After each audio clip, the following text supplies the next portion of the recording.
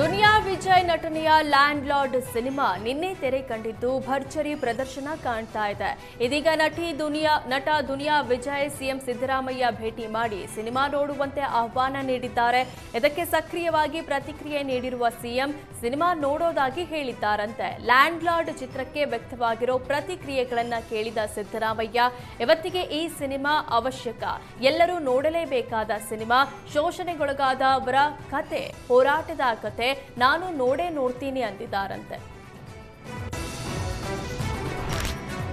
ಕುಖ್ಯಾತ ಅಂತಾರಾಜ್ಯ ಬೈಕ್ ಕಳ್ಳನೊಬ್ಬನನ್ನ ಕಲಬುರಗಿ ಪೊಲೀಸರು ಬಂಧಿಸಿದ್ದಾರೆ. ಬಂಧಿತನಿಂದ ಪೊಲೀಸರು 7.38 ಲಕ್ಷ ರೂಪಾಯಿ ಮೌಲ್ಯದ 18 ಬೈಕ್ಗಳನ್ನು ಜಪ್ತಿ ಮಾಡಿಕೊಂಡಿದ್ದಾರೆ.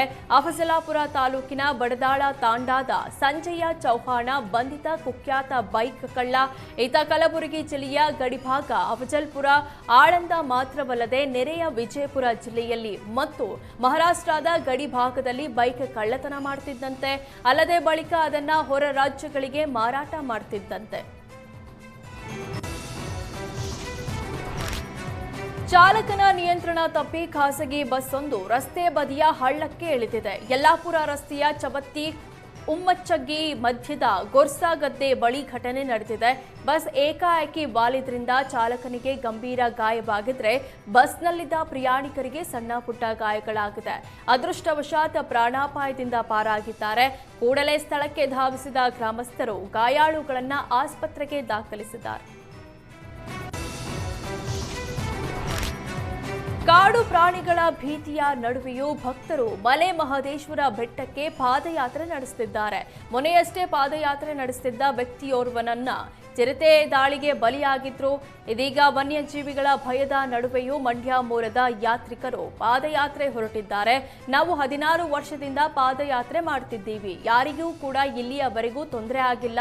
ಮೊನ್ನೆ ಆಕಸ್ಮಿಕವಾಗಿ ಘಟನೆ ನಡೆದು ಹೋಗಿದೆ, ದೇವರು ಏನು ಆಗದಂತೆ ಕಾಪಾಡ್ತಾನೆ ಅನ್ನೋ ಧೈರ್ಯದಿಂದ ಪಾದಯಾತ್ರೆ ಮಾಡ್ತಿದ್ದೀವಿ ಅಂತ ಭಕ್ತರು ಹೇಳ್ತಿದ್ದಾರೆ.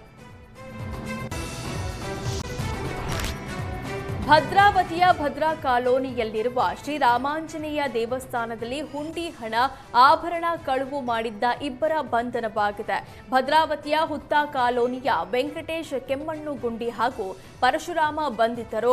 ದೇಗುಲದ ಅರ್ಚಕರು ಜನವರಿ 14ರಂದು ರಾತ್ರಿ 8ಕ್ಕೆ ಪೂಜೆ ಮುಗಿಸಿಕೊಂಡು ಬೀಗ ಹಾಕಿ ಮನೆಗೆ ಹೋಗಿದ್ರು. ಮರುದಿನ ಬೆಳಗ್ಗೆ ಬಂದು ನೋಡಿದಾಗ ಕಳ್ಳತನ ಆಗಿರೋದು ಬೆಳಕಿಗೆ ಬಂದಿತ್ತು.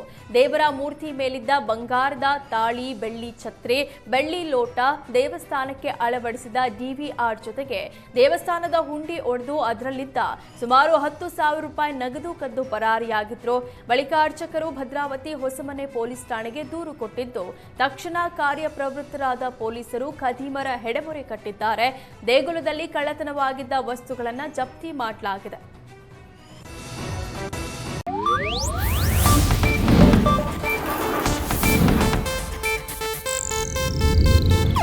ಇದು ಏಷ್ಯಾನೆಟ್ ನ್ಯೂಸ್ ನೆಟ್ವರ್ಕ್ ಪ್ರಸ್ತುತಿ.